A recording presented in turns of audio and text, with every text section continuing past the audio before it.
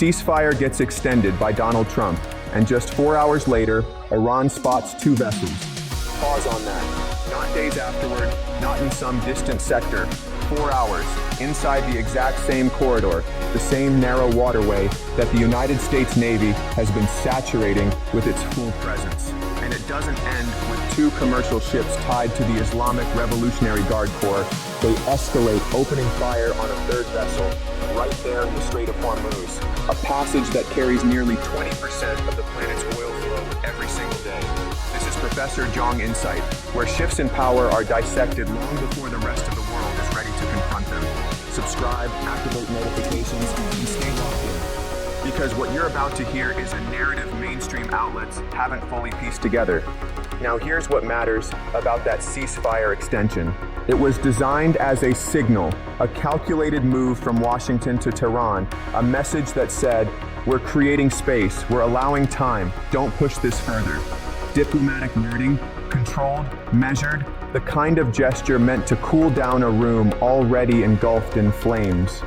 But the instant that signal was released, the moment that extension was effectively sealed, Islamic Revolutionary Guard Corps units were already in motion inside the Strait of Hormuz, already tracking, already intercepting, already closing distance on commercial vessels that had no warning, no indication of what was seconds away from unfolding.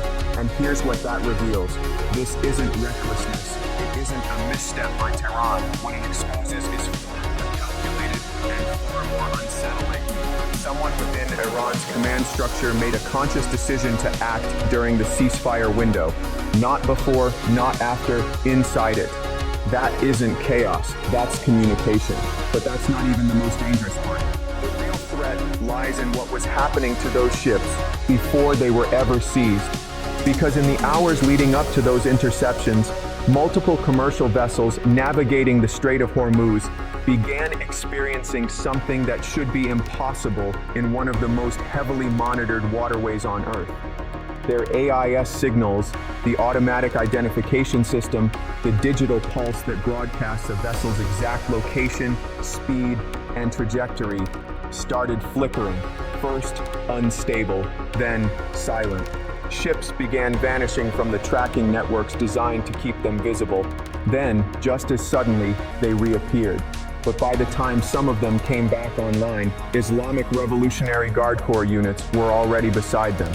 And this is where the situation darkens. AIS isn't some classified system hidden behind military clearance. It's global, mandatory. Every commercial vessel above a certain size is legally required to transmit it. That data is tracked by coastal authorities, satellites, naval command centers, private shipping firms, insurers, and port systems worldwide. It's the backbone of maritime awareness. And inside the Strait of Hormuz, inside what some analysts have quietly begun calling a kill zone, that backbone is being compromised. There are multiple ways this can happen. Signal jamming, GPS manipulation, targeted suppression, or something internal. Crews can manually disable AIS if they believe broadcasting their position increases risk. But here's the critical detail. What analysts are already flagging behind closed doors. When multiple vessels in a confined corridor lose signal at overlapping times, in overlapping locations, immediately before coordinated intercepts. That's not random, that's structure. And in intelligence work, patterns aren't ignored, they're dissected. And right now, that pattern is pointing towards something precise. The tracking infrastructure inside the Strait of Hormuz appears to be selectively disrupted. Not everywhere, not continuously, but with surgical timing, creating narrow windows of invisibility. Windows wide enough for fast-moving Islamic Revolutionary Guard Corps vessels to operate unseen. Now think about what that implies for the American presence. The United States Navy isn't stationed in the Persian Gulf as a symbolic force. What's deployed in and around that corridor represents one of the most advanced concentrations of military power on Earth. Carrier strike groups, guided missile destroyers, surveillance aircraft, submarines, the full architecture of U.S. maritime dominance. And the message coming out of Washington has been unwavering. The Strait of Hormuz will remain open. Navigation will stay free. Commercial shipping will not become leverage under Iranian pressure. But here's the contradiction. No one in those briefing rooms wants to say out loud. If the blockade is truly holding, if the American naval shield is doing what it claims to do, then how did the Islamic Revolutionary Guard Corps manage to seize not one but two vessels and open fire on a third in broad daylight inside one of the most heavily surveilled waterways on the planet? That's where the narrative starts to fracture. Because a blockade isn't just ships on the water, it's control over information. It's knowing where every vessel is every second. It's reacting before a threat even fully forms. It demands total awareness.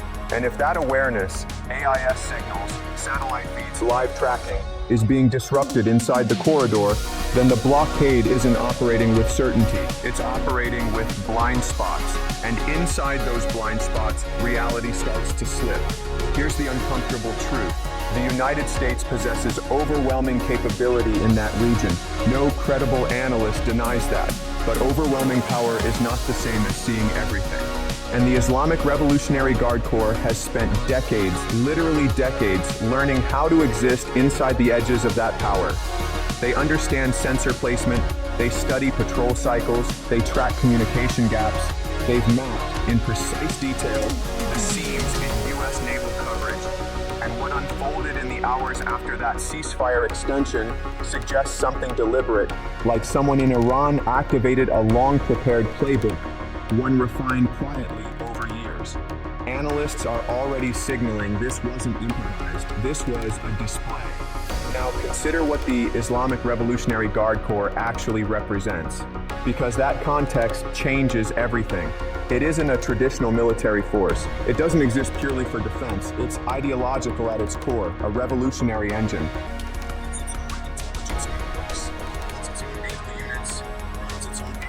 Programs and controls vast economic interests, billions flowing through construction, trade, and shadow networks. Its loyalty doesn't lie with elected officials or diplomats. It answers directly to the supreme leader. And its mission isn't simply to protect Iran, it's to preserve the revolution. Those are two very different objectives. And that distinction matters when you're trying to understand why ships would be seized inside a ceasefire window within sight of U.S. naval power. Because for the Islamic Revolutionary Guard Corps, this isn't a mistake. It's a message rooted in ideology. But there's something deeper beneath the surface, something often overlooked in the coverage of these seizures. And it connects directly to those AIS disruptions. Because the real question now being asked in intelligence circles is simple. Who actually benefits when ships go dark in the Strait of Hormuz? The obvious answer is Iran, specifically IRGC naval units exploiting those moments of invisibility to close in before any response can be organized. But the more unsettling answer is that Iran may not be alone in this capability. There are other actors in that space, regional players, non-state networks, and a growing possibility, not confirmed but not dismissed, that these signal disruptions aren't exclusively controlled by the IRGC. They may be coordinated, or at the very least, exploited by others with their own agendas. Intelligence assessments suggest the electronic warfare landscape in the northern Persian Gulf has become far more complex over the past 18 months. There have been signal interference patterns detected that don't match known Iranian systems. And it means someone else is operating there, someone else who benefits from the same outcome, the same chaos. Ships that vanish, ships that can't be tracked, ships that can be taken without warning. And at that point, the word dangerous starts to feel insufficient. Now shift focus to the ceasefire itself.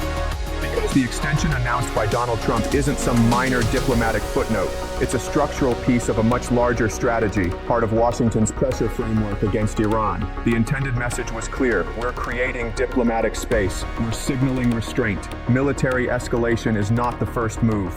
And in return, restraint is expected. That's the basic premise of any ceasefire. That's the agreement.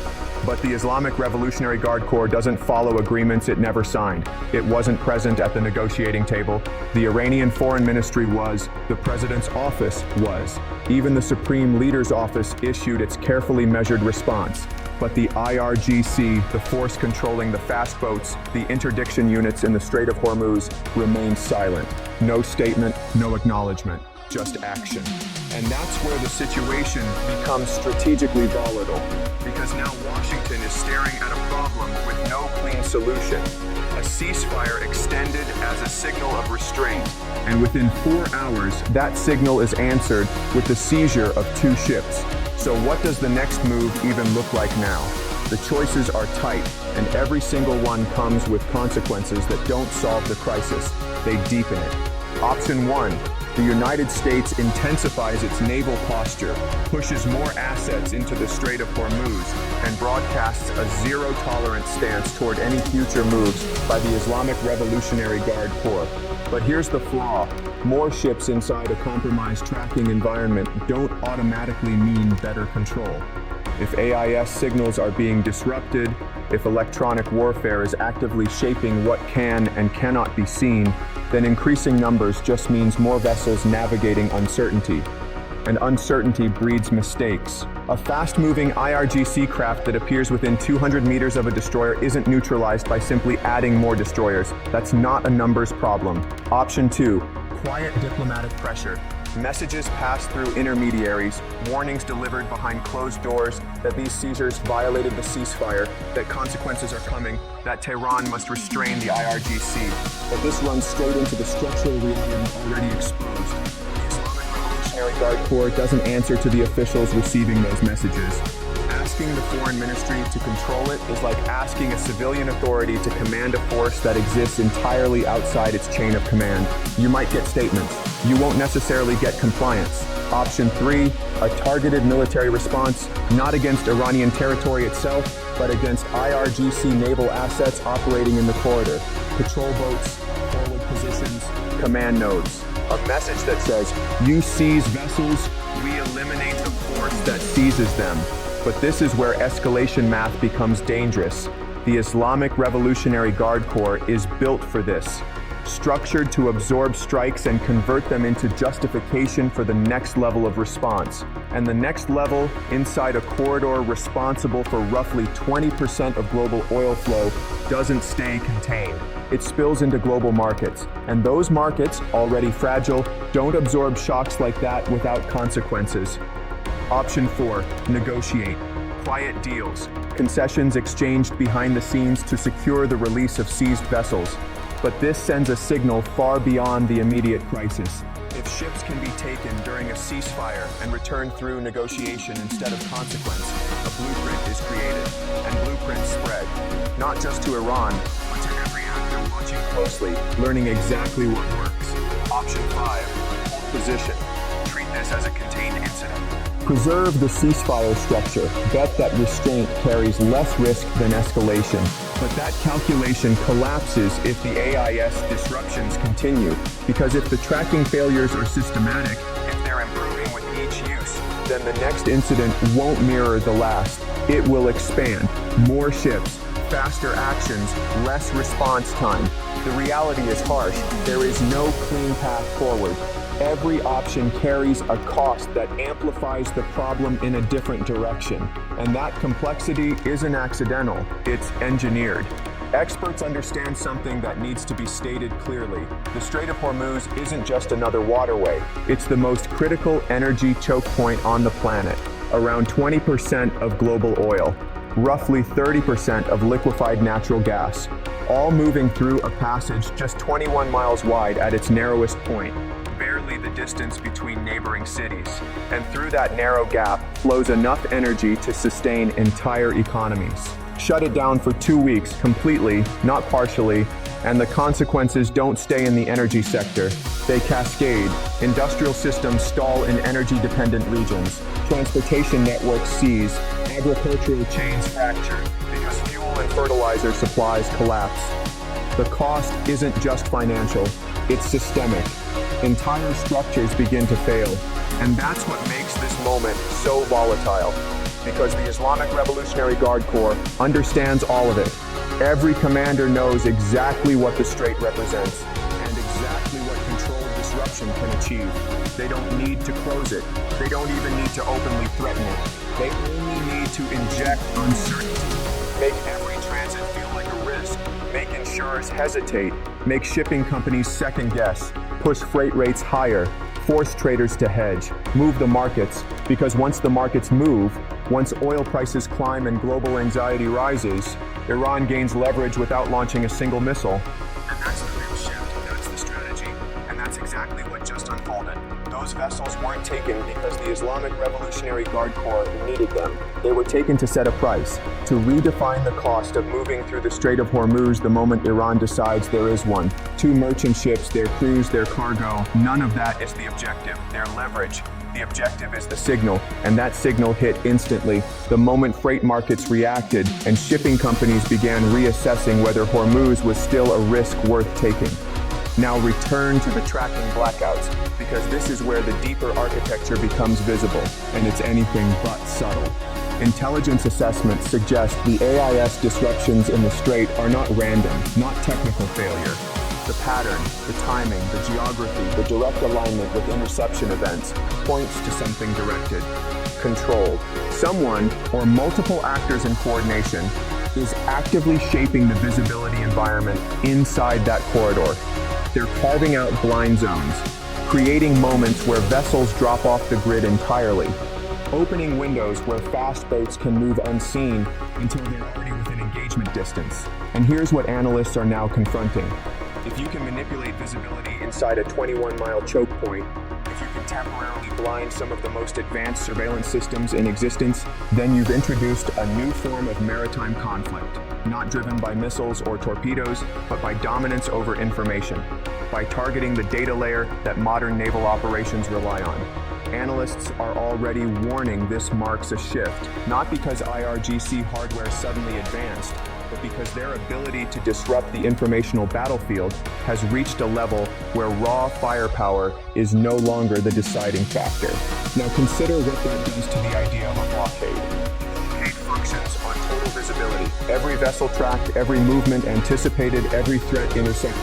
But if visibility drops from everything to most things, the entire equation shifts. And what the Islamic Revolutionary Guard Corps just demonstrated out in the open is that they can create conditions where everything is no longer guaranteed. That changes the entire conversation, because the prevailing narrative, carrier strike groups, naval dominance, deterrence, rests on a single assumption: information superiority.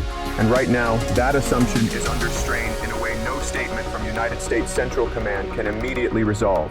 And fixing it isn't simple. Hardening AIS systems, reinforcing maritime tracking, closing electronic warfare gaps. That's not a matter of orders. It's a deeply complex technical problem. Backup systems exist, satellite AIS, alternative positioning, but they're vulnerable. They can be degraded. They can be manipulated. The redundancy was designed for malfunction, not for deliberate, coordinated exploitation at this scale.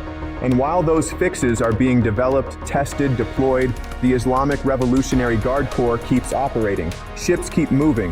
The ceasefire still technically holds. And somewhere along that timeline, the next blackout window may already be waiting. Now widen the frame, because nothing in the Strait of Hormuz stays local.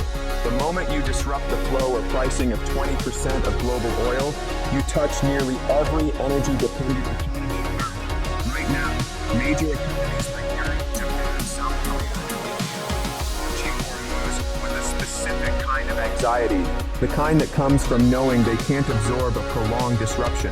Their recoveries are fragile, energy budgets are tight, and rerouting supply chains isn't just difficult, it's constrained by geography and infrastructure. There is no parallel corridor at this scale. Then there's China, watching with a different intensity. Roughly 40% of its oil imports pass through that same narrow channel. That's not a side issue, it's a strategic vulnerability. And Beijing's response isn't to fully align with Washington's deterrence posture. Instead, it maintains its own direct lines with Iran, avoiding entanglement in a confrontation that could threaten its energy supply, while quietly pushing both sides to avoid escalation. But here's the tension. China's push for stability is not the same as backing American enforcement, and the Islamic Revolutionary Guard Corps understands that distinction. They understand that as long as they stay below the threshold of outright closure, as long as they seize vessels, fire warning shots, disrupt tracking systems without fully stopping the flow, they operate inside a space where major powers have conflicting incentives. Russia is watching too. and its interest in the tense, unstable Hormuz corridor isn't safe. Higher oil prices, even temporary, boost Russian energy revenues. U.S. focus and resources tied up in the Persian Gulf reduce its bandwidth elsewhere. A ceasefire that looks fragile, a blockade that looks imperfect, a narrative where American deterrence appears uncertain. All of that feeds into a strategic environment that benefits Russia, not because it engineered the situation, but because it created competition. One actor's strain often becomes another's advantage. And this is the landscape now. Multiple powers with competing interests. A choke point that is both essential and increasingly contested. An adversary that has spent decades learning how to operate inside the margins of superior force. A tracking system under active pressure. And a ceasefire that lasted 4 hours before the first seizures began. Which leads to the question analysts are now asking quietly, and it's not a comfortable one. Is the ceasefire itself being used as a tool? Not diplomatically as intended, but tactically as cover. A condition that gives the Islamic Revolutionary Guard Corps slightly more room to operate, because the political weight of a ceasefire makes immediate military retaliation harder to justify, more costly to execute, because seizing ships during open conflict is escalation. But seizing them during a ceasefire, during a moment defined by restraint, creates a different kind of pressure. Now the question isn't just what do you do about the ships. The question is what do you do about them without breaking the ceasefire you just extended? And those are not the same question. And the Islamic Revolutionary Guard Corps knows they are not the same question. And that complexity wasn't accidental. It was engineered into the timing. What that means for the days ahead is that pressure won't arrive as one explosive escalation. It will build quietly. Another vessel slips off radar. Another interception unfolds. Another cargo is taken. Another warning shot echoes across a corridor that was supposed to be secured. Each event on its own, containable. Each one sitting just below the threshold of full-scale military response. But together, stacking, compounding, they begin to rewrite the baseline reality inside the Strait of Hormuz. And once that shift happens, once tracking failures stop being anomalies and start becoming expected, everything changes. Shipping firms begin pricing in uncertainty, insurers adjust risk models, captains hesitate, cargo owners second guess. At that point, leverage has already moved, because you don't need to shut the strait down to control it. You just need to make it unpredictable. Make it costly in ways that don't show up as tariffs or fees, but as hesitation, volatility, and doubt. That's what choke point control looks like in an era of information warfare. Not barriers across water, but uncertainty woven into every transit. And right now, that system is being built in real time. Now go back to those 4 hours, because the sequence matters more than anything else, and it still hasn't been fully reconstructed publicly. Donald Trump extends the ceasefire. The message moves through diplomatic channels to Iran. It's received, interpreted, and somewhere inside that internal chain between political leadership and the Islamic Revolutionary Guard Corps Naval Command, a decision is made not to wait, not to reciprocate restraint, but to act. To use the cover of that ceasefire moment to execute operations that appear to have been positioned in advance. And that detail matters, because you don't suddenly deploy fast boat interception units in the middle of a diplomatic window unless the decision was already made, or unless the ceasefire itself was the trigger. Either way, the timeline exposes something the diplomatic messaging does not. It shows that the IRGC's operational tempo in the strait is being driven by a separate calculation, one that runs parallel to, not aligned with, the diplomatic layer. And that creates a structural problem diplomacy alone can't solve. Now be clear, none of this means war is inevitable. None of this guarantees closure of the strait. None of this suggests a sudden spiral into uncontrollable conflict. Strategic actors, even adversaries, tend to manage escalation carefully. Iran does not want full-scale confrontation with the United States, and the reverse is equally true in the current climate. The Islamic Revolutionary Guard Corps is not seeking to ignite a war that would devastate its own country. Those limits are real. But managed escalation only works when both sides are actually managing it. It depends on clarity, on knowing where the lines are, what crosses them, what doesn't. And when one side is operating inside a degraded information environment, when tracking systems have gaps that are actively being exploited, clarity disappears. Decisions get made with partial visibility. Responses are calibrated to events that may not be fully understood until after they've already unfolded. That's not a crisis by itself, but it's exactly the kind of condition where a crisis becomes more likely. Because the difference between tension and breakdown isn't always intent. Sometimes it's information. And right now, inside the Strait of Hormuz, that information layer is compromised. No one has clearly explained how long it will take to fix, or if fix is even the right concept. Because the degradation may be adaptive, evolving, updating faster than countermeasures can keep up. So where does that leave us? 2 ships seized, a third fired upon. AIS signals going dark inside what analysts are already calling a kill zone. Visibly broken. A U.S. presence that now raises as many questions as it answers about control of the corridor. A global energy system watching with the kind of anxiety that comes from knowing the margin for error is razor thin. And one question that still doesn't have a clean answer. Is this the opening move of something larger, or the unveiling of something that's been quietly built for years and is only now being revealed? The Strait of Hormuz may be 21 miles wide, but right now it feels far narrower than that. What happens in the next 72 hours will matter more than any statement, any briefing, any official line. Watch the ships, watch the signals, watch whether AIS blackouts continue or suddenly stop. Watch whether the Islamic Revolutionary Guard Corps moves again or pauses. Watch whether the ceasefire absorbs another incident or fractures completely, because the real story was never just the ships. The real story is whether the system designed to prevent those seizures still works. And right now, there's no reassuring answer to that. This changes everything, not because of what was taken, but because of how it was taken, because of what it required, because of what it reveals about the invisible layer governing the most critical waterway on Earth, because it exposes the gap between what a blockade looks like on paper and what it becomes when the information it depends on is no longer reliable. If you're watching this and it feels like the start of something, you're not wrong. The real question is whether the people shaping what comes next are asking the right questions. Not about the ships, but about the darkness that came before them. Drop your analysis below. What's the next move? From Washington? From Tehran?